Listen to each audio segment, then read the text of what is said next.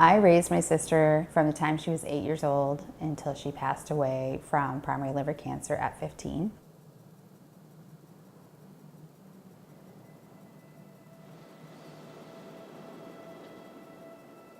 On May 16th, 2001, I came home from work and found her curled up in a fetal position on the floor in pain.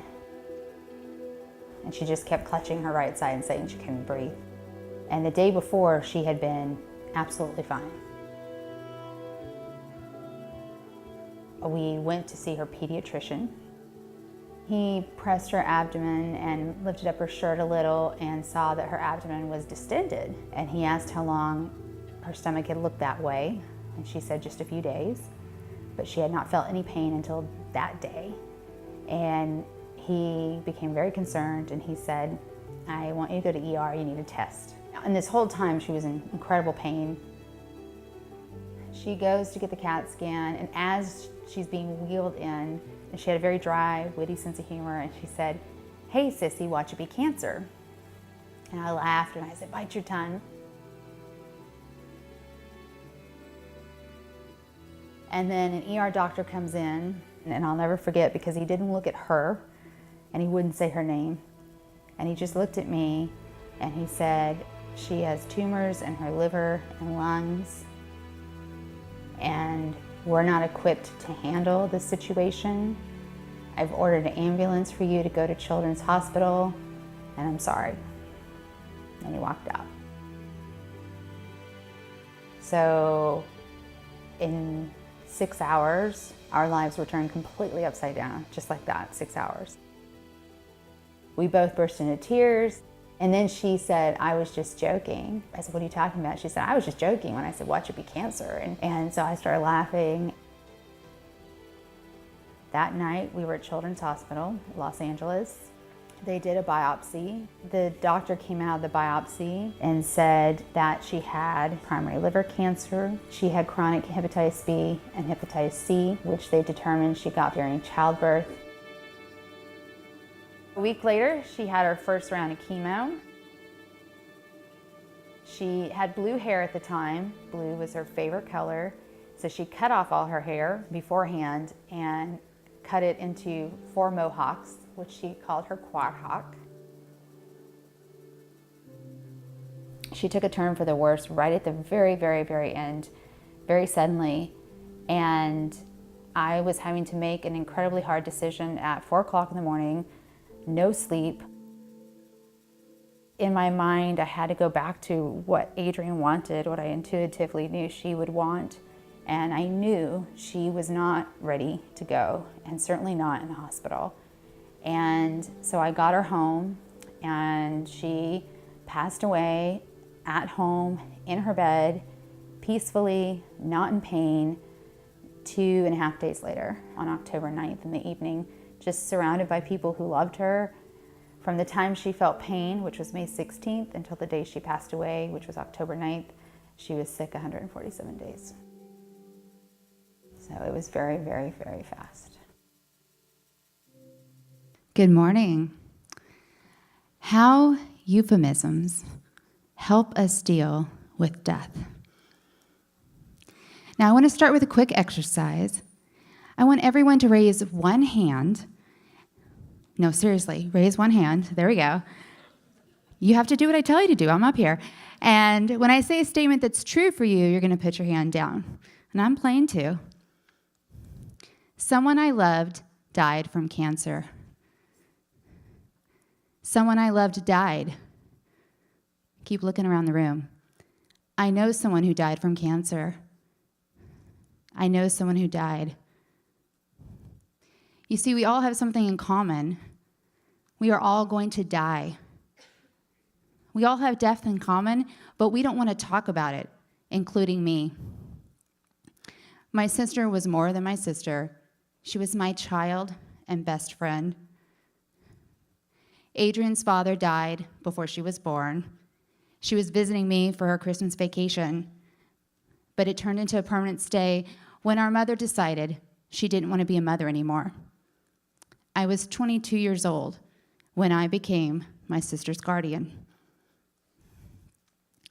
I raised Adrienne from the time she was 8 until she died in my arms at age 15 from stage 4 primary liver cancer. But I couldn't say the word died. My sister died for almost 6 years.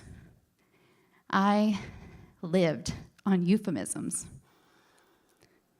Now, in addition to being a liver cancer patient advocate, I'm also a writer and storyteller, so I am fascinated by the role euphemisms play in our language, especially when we talk about death. And as it turns out, I'm not alone. So check out this map of the most common death euphemisms by state based on 1 year's worth of obituaries. And some states use the word die, most do not. And my favorite on this map is left this world, because it sounds like someone went to another planet like Mars, right? And Matt Damon proved that's possible. Now I'm going to share some of my favorite death euphemisms with you, and if you can figure out what it is, just shout out the answer. Departed. Sounds like a train leaving the station. Okay, shout it out if you know it. The next one's easy. Expired or perished, which sounds like rotting food or anything you might find in my refrigerator. Next one's kind of tough. Permanently change one's address, which sounds like someone like who didn't want to be found and moved far away to a country like Congo. Next one's super easy. Yeah, doesn't it just sound like someone bought a farm? Yeah. Oh, over here, good. Cashed in his chips, which reminds me of gambling in Vegas.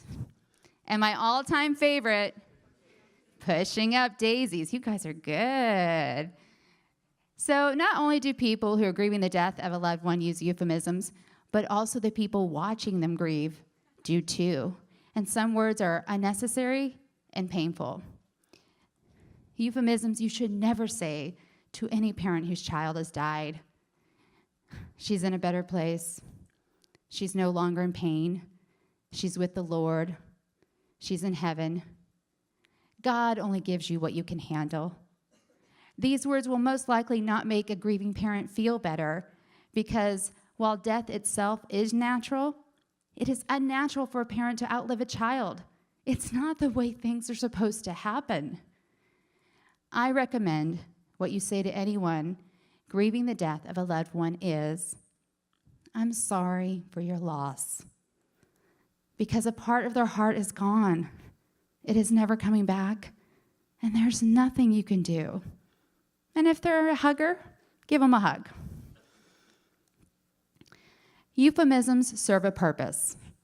We need them, not only in the literary sense, but to protect ourselves, our emotions. My go-to euphemism when people asked about Adrienne was, "My sister passed away." But next month is the anniversary of my sister's death.